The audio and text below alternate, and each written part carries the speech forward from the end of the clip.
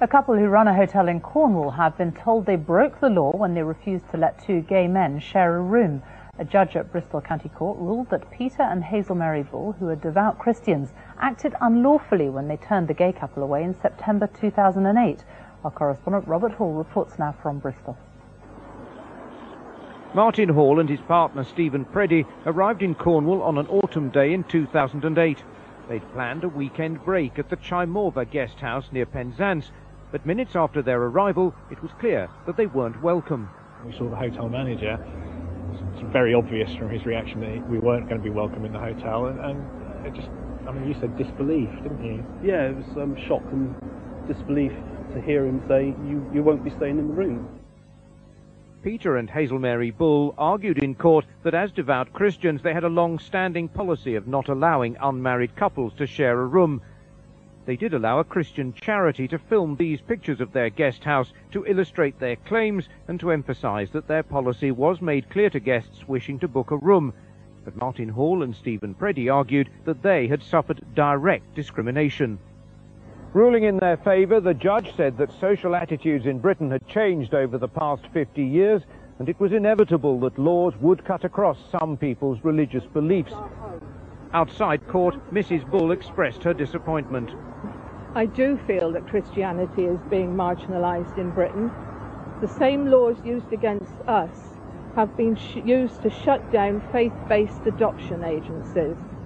Much is said about equality and diversity, but it seems that some people are more equal than others. This case follows a number of others where the law conflicted with beliefs.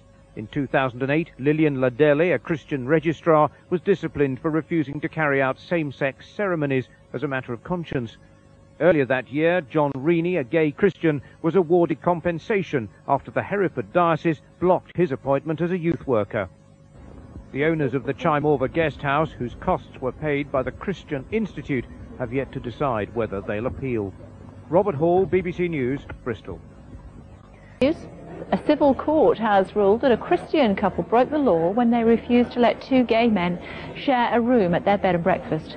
The owners, Hazel Mary Bull and her husband Peter, who didn't attend court today, claimed it was their policy to refuse rooms to unmarried heterosexuals as well as gay couples.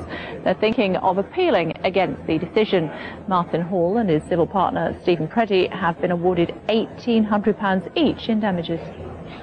Judge Rutherford has found that our treatment was an act of direct discrimination and therefore a breach of the law.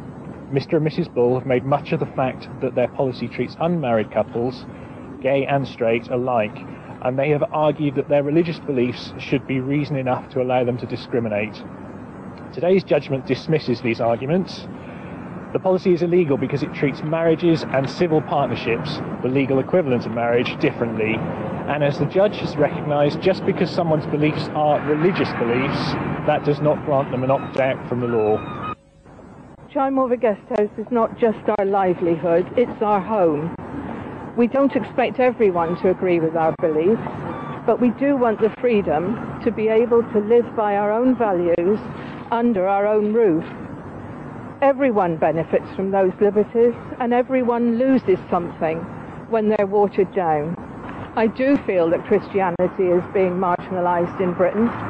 The same laws used against us have been used to shut down faith-based adoption agencies.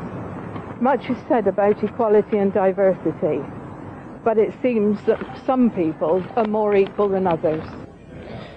Katie Stallard is at Bristol County Court for us this afternoon. Hi, Katie. So the Bulls felt that you couldn't share a room unless you were married. This couple is saying, you know what, in the eyes of the law we were.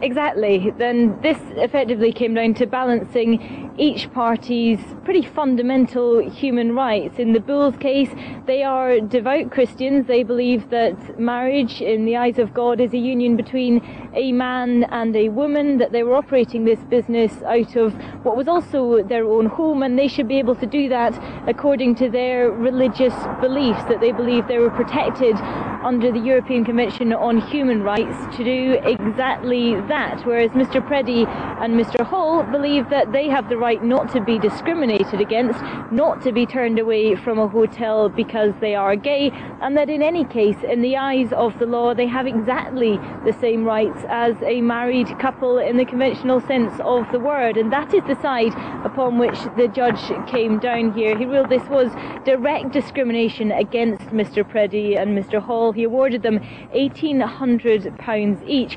And what was important to this case was that although this was also their private residence, once they had opened it up as a commercial business, the judge here ruled that they had to abide by the laws of the land. So that means they have to agree not to discriminate, that they have to abide by the rules of the society that they are trading within. Now, Mr Hall and Mr Preddy brought this case with the help of the Equality and Human Rights Commission. They funded this action, and we spoke to their head of legal team, John Wadham, just a short time ago for his reaction to this case. This is an important case. The law has been very clear for some time, but this is the first case that's tested it. I think the outcome was inevitable.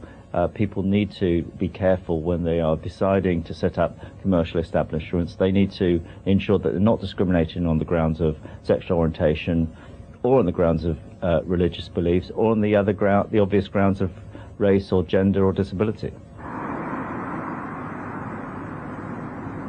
Well, this case has the potential now to go on from the county court here to the Court of Appeal, to the Supreme Court, to the European Court in Strasbourg, if both parties are prepared to take it that far. As it stands, Mr and Mrs Bull say they haven't decided whether they are going to appeal, and they have 21 days to make up their mind. Okay, Katie, thank you.